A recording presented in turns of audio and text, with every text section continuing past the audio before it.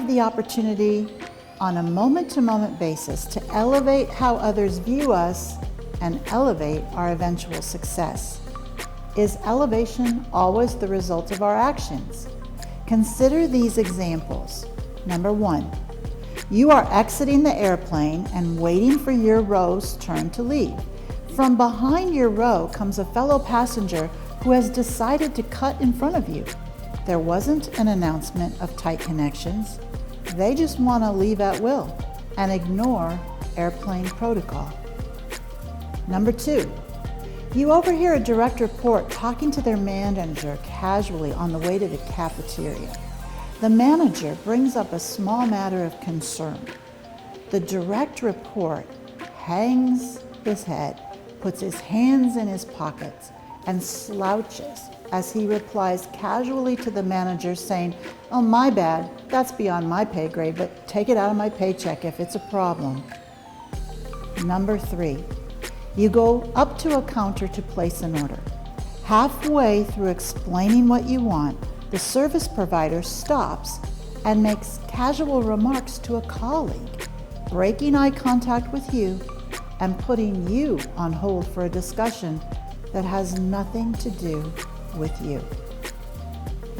It is easy to mine our experiences and find examples of behavior that doesn't elevate.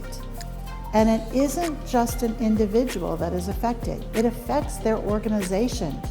In the case of the passenger who cut in front of everyone on the plane, the logo wear revealed the organization for which the individual worked. The adage is as true today as at any time in the past. You don't get a chance to make a first impression. Consider the results of this study on candidate interviews reported in the Definitive Book of Body Language by Alan and Barbara Pease.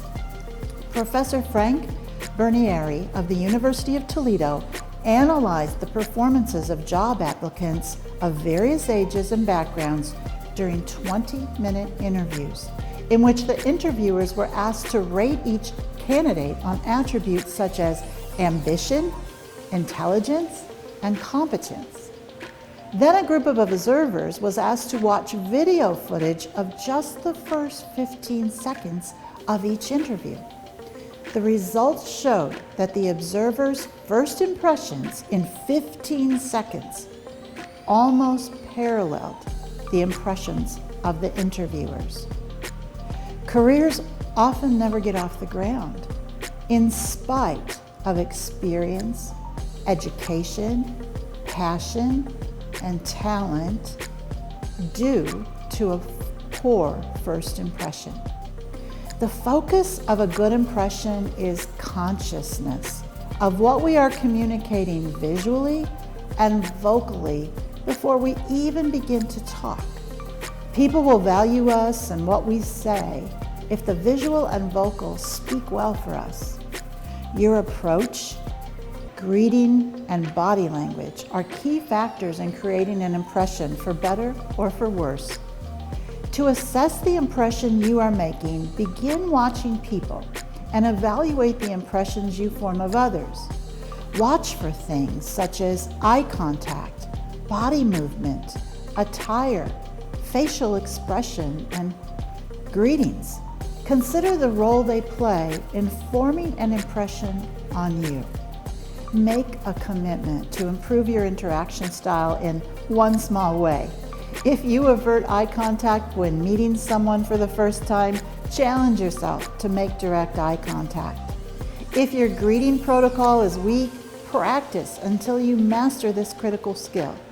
And if you fidget in meetings, consciously change this distracting behavior. It will make you appear more confident and competent.